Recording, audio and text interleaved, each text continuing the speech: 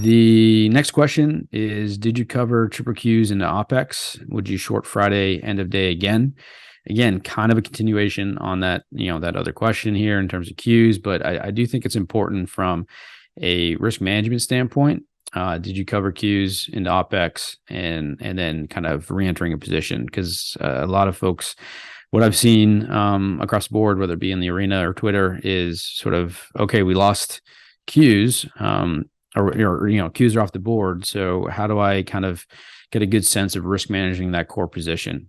So on the next slide, Celts, we got OPEX is an event to risk manage. So this was my response to Simon, who I met at Hedgeye Live. Simon's a great guy, a big time Hedgeye Jedi power user.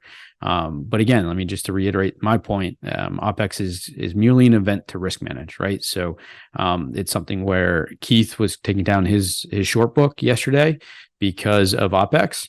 And again, that's a risk management piece. I mentioned this a few minutes ago, but this is something where you can take your position down a little bit. Doesn't mean you cover all, but you can take it down so that you can reassess what the market then does on that event day. Right? You can then reassess. If it's green, you can re-enter that position.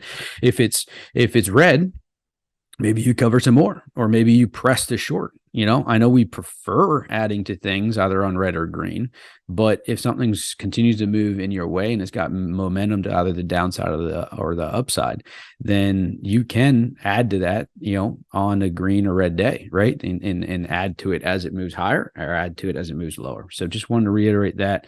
The other thing here too is, right, like Qs were down about 3% in the last 2 days. That's a pretty solid move from going to the top end of the risk range. The prudent thing to do and the risk management thing to do is certainly to cover some. Also want to dive in here into the signal. So Celts, if you go to that next slide, perfect. He had 2 dots on the board, right? So Q's had 2 dots on the board. He only gives himself 3. So anybody that's new to the RTA, he gets 3 dots. That's it. So 3 bullets. And the first one, typically he is a pretty solid one, but if timing's a little bit off, he has to use that second bullet. And he did so, right? So the first one came in on the 9th. The second one came in on the 12th. That last one came in as a cover, yesterday, in the morning at 10 a.m.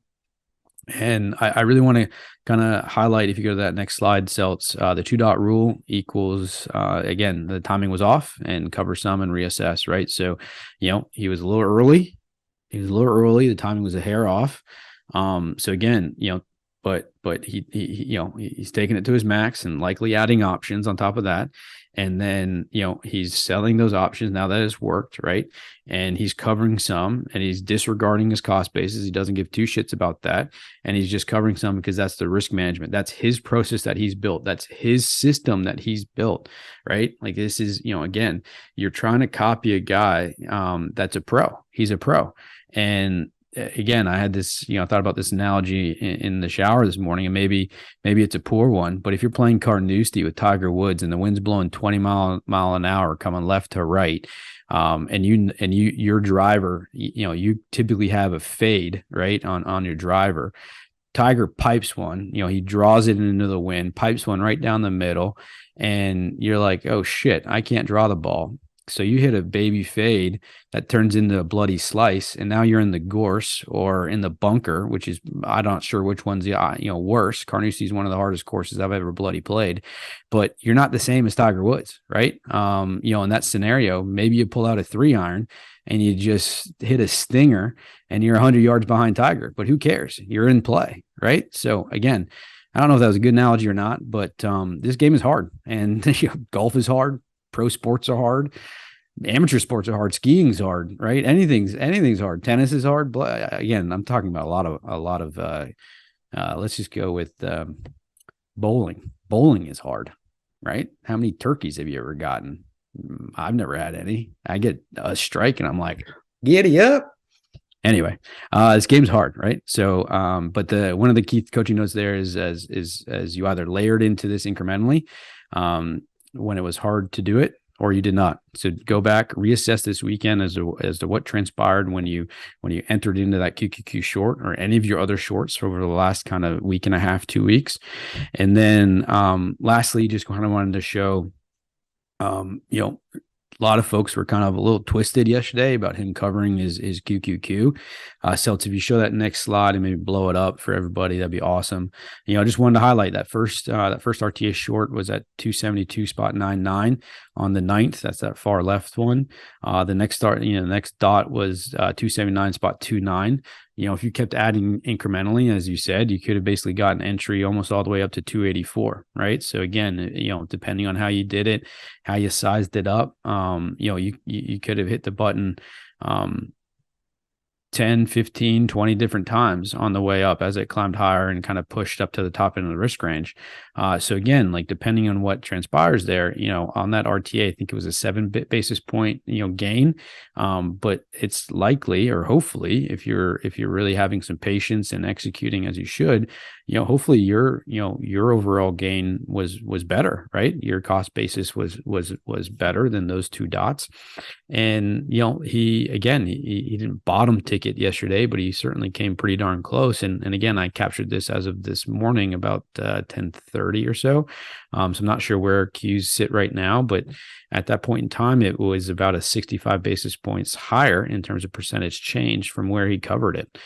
So again, I mean, basically you could re-enter, right? Or, you know, you could have re-entered this morning, you know, that same amount. If you covered 25 bips, 10 bips, 60 bips, or 75 bips, whatever the number is, you could just add that right back at a 65 bips better position, right? So again, I mean, these things, it's all dynamic, but if you don't want to act that way, then you don't need to.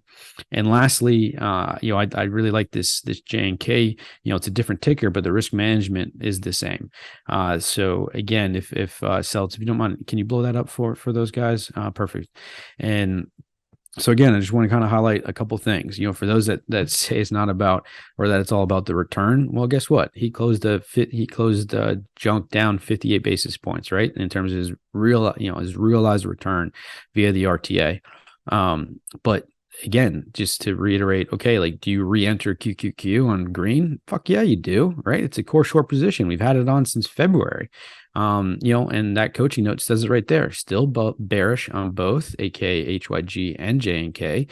But risk managing shorts within their risk range is what we do. That is what we do, right? Now, it doesn't mean if you can't actively short or if you can't be in front of the screen all the time, then that's totally cool. But again, that's what limit orders are for, you know, either to cover or to short more, or to sell some, right? So use those limit orders to your advantage, right? Do a little bit of practice, you know, do a little bit of work ahead of time. And then he also was kind enough to provide that JNK risk range, which is really great.